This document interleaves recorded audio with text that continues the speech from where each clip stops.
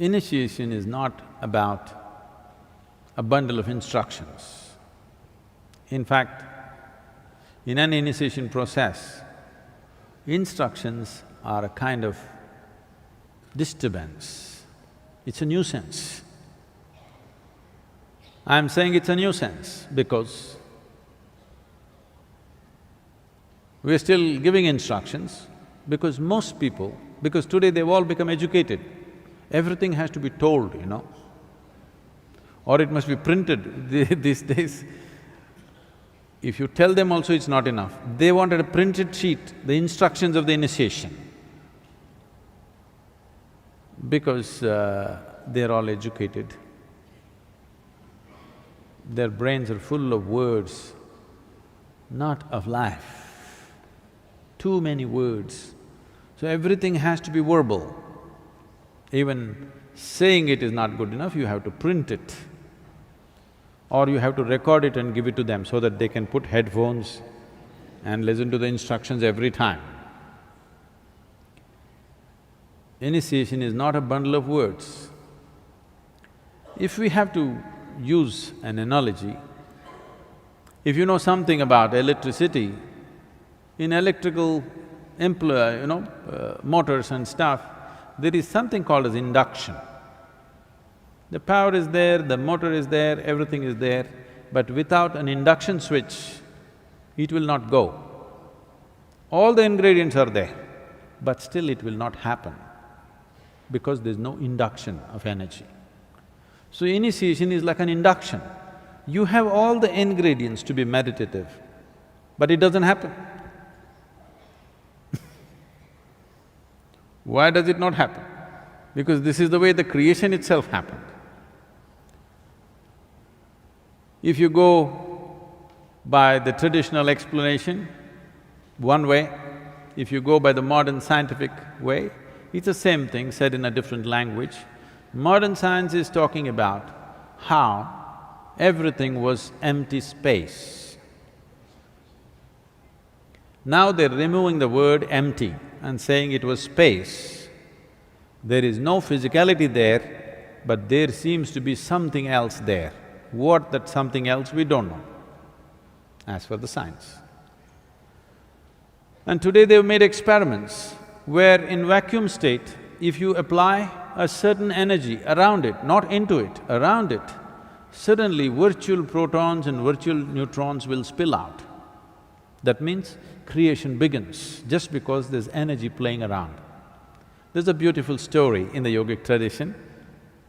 Shiva, you must understand the word Shiva. Shiva means that which is not.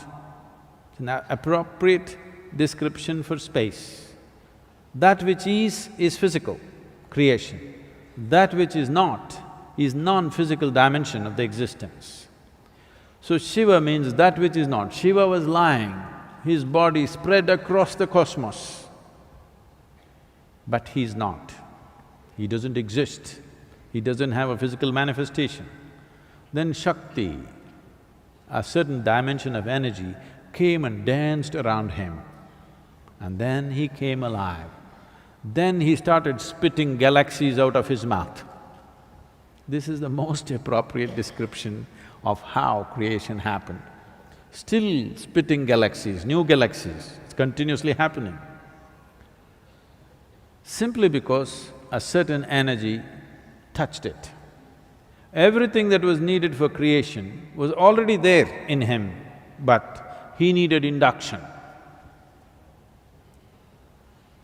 So initiation is a kind of an induction process. But unfortunately today, if I just ask people to just sit here, we'll do things for you, they'll say, nothing happening, why is he not doing anything? You're supposed to say something. So what to do? For modern times, we say a lot of things. We hang out with you.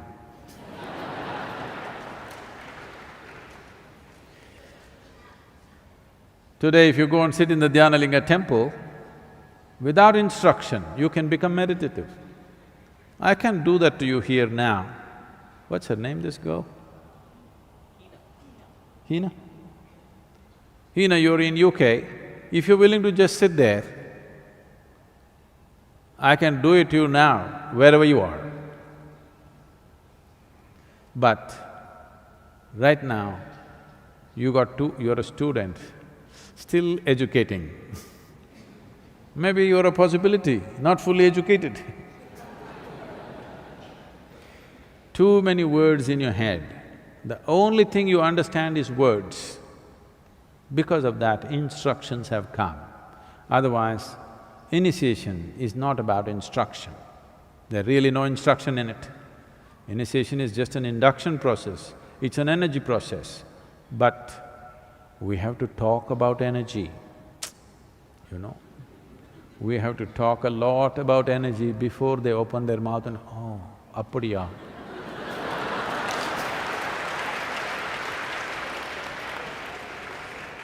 Tough times for gurus. Too much talking.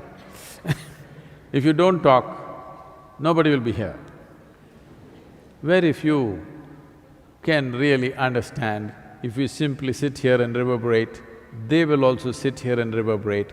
Those numbers are small. Well, in Isha those numbers are increasing. I don't have to say much.